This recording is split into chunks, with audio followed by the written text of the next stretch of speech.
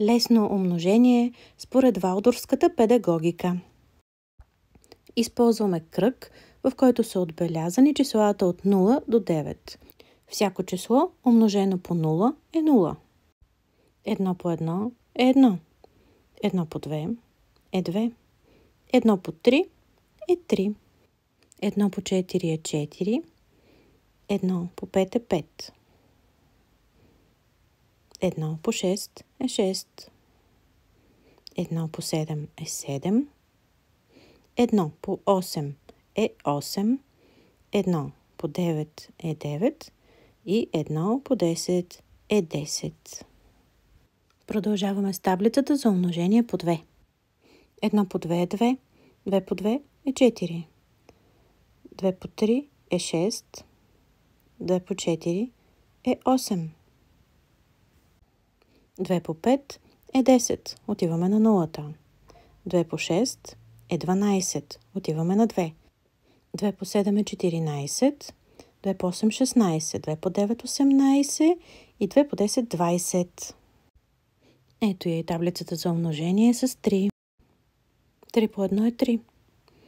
3 по 2 е 6.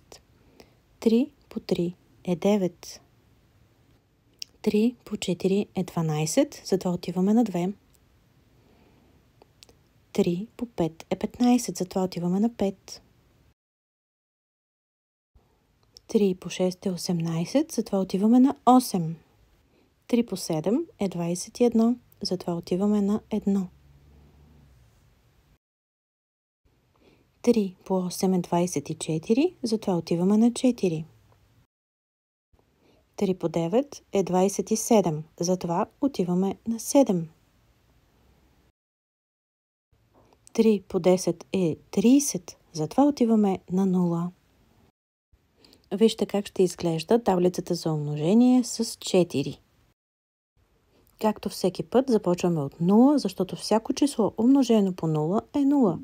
След това тръгваме към 4, защото 1 по 4 е 4. 2 по 4 е 8. 3 по 4 е 12, отиваме към 2. 4 по 4 е 16, отиваме към 6. 5 по 4 е 20, отиваме към 0. 6 по 4 е 24, затова отиваме към 4. 7 по 4 е 28, затова отиваме към 8. 8 по 4 е 32, затова отиваме на 2 отново. 9 по 4 е 36, затова отиваме на 6. И 10 по 4 е 40, затова отиваме на 0. Таблицата с 5 образува най-простата от всички фигури. Тя е просто една линия. 1 по 5 е 5. 2 по 5 е 10. 3 по 5 – 15. 4 по 5 – 20. 5 по 5 – 25. 6 по 5 – 30. 7 по 5 – 35. 8 по 5 – 40. 9 по 5 – 45 и 10 по 5 – 50. Преминаваме към таблицата с 6. Започваме от 0, защото 6 по 0 е 0 и след това 6 по 1 е 6. 6 по 2 е 12, отиваме към 2. 6 по 3 е 18 и отиваме към 8. 6 по 4 е 24, отиваме към 4. 6 по 5 е 30, затова отиваме към 0. 6 по 6 е 36, отиваме към 6. 6 по 7 е 42, отиваме при двойката. 6 по 8 е 48, отиваме при осмицата. 6 по 9 е 54 и 6 по 10 е 60. Завършваме на 0. Ако сравним фигурата за умножение по 6 с фигурата за умножение по 4, ще забележим, че те са еднакви. Само че когато умножаваме по 4, от 0 отиваме към 4. А когато умножаваме с 6, от 0 отиваме към 6. Продължаваме с умножение по 7. Започваме от 0, защото 7 по 0 е 0. И тръгваме към 7, защото 7 по 1 е 7. 7 по 2 е 14, 7 по 3 – 21. 7 по 4 – 28. 7 по 5 е 35. 7 по 6 е 42. Затова отиваме към двойката. 7 по 7 е 49. 7 по 8 е 56.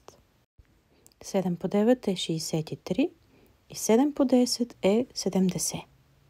Ако сравним фигурата за умножението по 7 с фигурата за умножение по 3, ще видим, че те са абсолютно еднакви. Разликата е само там, че когато умножаваме по 3, от 0 тръгваме към 3, а когато умножаваме по 7, от 0 тръгваме към 7. Минаваме към умножението с 8. Отново започваме от 0, защото 0 по 8 е 0. И след това отиваме към 8, защото 1 по 8 е 8. 8 по 2 е 16. 8 по 3 е 24. 8 по 4 е 32. 8 по 5 е 40. 8 по 6 е 48. 8 по 7 е 56, затова отиваме към 6. 8 по 8 е 64.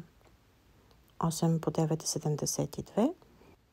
8 по 10 е 80, затова отиваме отново към 0. Фигурата, която се образува с умножението по 8 е същата като фигурата за умножение по 2. Разликата е, че когато умножаваме по 2, тръгваме към 2, а когато умножаваме по 8, тръгваме към 8. Ето го е умножението по 9. Започваме от 0, защото 9 по 0 е 0. След това към 9, защото 1 по 9 е 9. 2 по 9 е 18. 3 по 9 е 27. 4 по 9 е 36. 5 по 9 е 45. 6 по 9 е 54. 7 по 9 е 63. 8 по 9 е 72.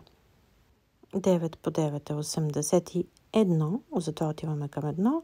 И 10 по 9 е 90, затова отиваме на нулата.